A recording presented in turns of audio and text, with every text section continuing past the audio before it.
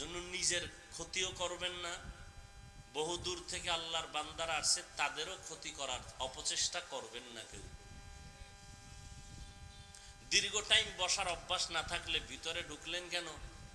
বাইরে দাঁড়াইতেন, বিড়ি টানতেন, ফাঁকে ফাঁকে চলে যেতেন, দেখতামও না, কিছু বলতামও না। ভিতরে ঢুকে ক্ষতি করেন কেন? ওয়াজ করা না মামার বাড়ির আবদার না। পৃথিবীতে যত কষ্টের কাজ আছে এর মধ্যে সব থেকে বেশি কষ্টের কাজ দীর্ঘ টাইম অনবরত কথা বলা, না মাটি কাটার চেয়েও কষ্ট। পৃথিবীতে এর থেকে কষ্টের কোনো কাজ নেই, কথা বলা। আর সেই কথা যদি হয় অনবরত, আর সেটা যদি হয় লেখা ছাড়া, মুখস্থ।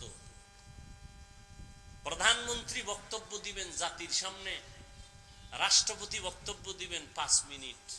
কি বক্তব্য দিবেন? টিম গঠন করা হয়, লিখে দাও।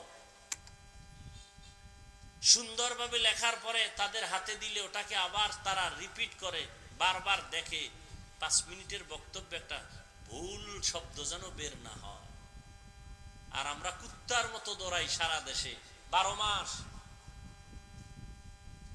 ফজর নাই, জোহর নাই, আসর নাই, রাত্র নাই, দিন নাই, খানা নাই, ঘুম নাই, কুত্তার মতো দৌড়াই। একটা মানুষ ঠিক মতো না ঘুমাইলে তার জিন্দেগির ব্যালেন্স ঠিক থাকে না। আর আমরা অনবরত আবার বয়ানও করি,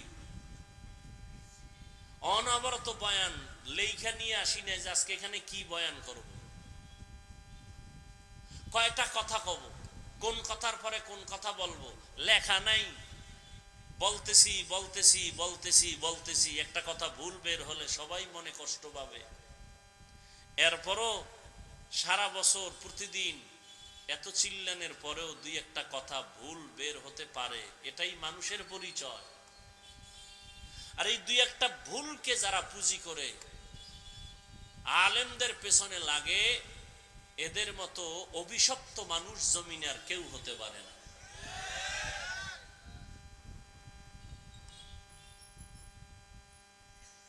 আল্লাহ আমাকে আপনাদের সবাইকে হেদায়াত দান করুন।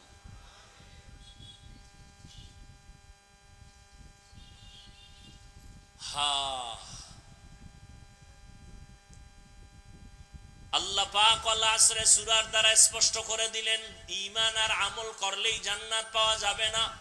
অনেকে আছে নামাজও পড়ে, রোজাও রাখে, পর্দাও করে, হালাল ভাবে চলে, দাড়িও লম্বা, পাগড়িও মাথায়, মনে করছে জান্নাত রেডি।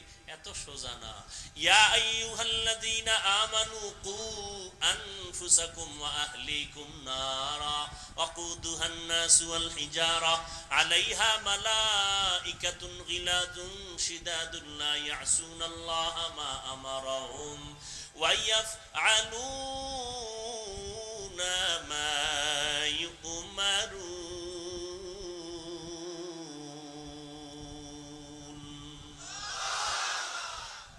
আল্লাহ বলেন, হে মুমিন, জাহান্নামের আগুন থেকে আগে নিজেকে বাঁচাও, তোমার আহালকেও জাহান্নামের আগুন থেকে বাঁচাও।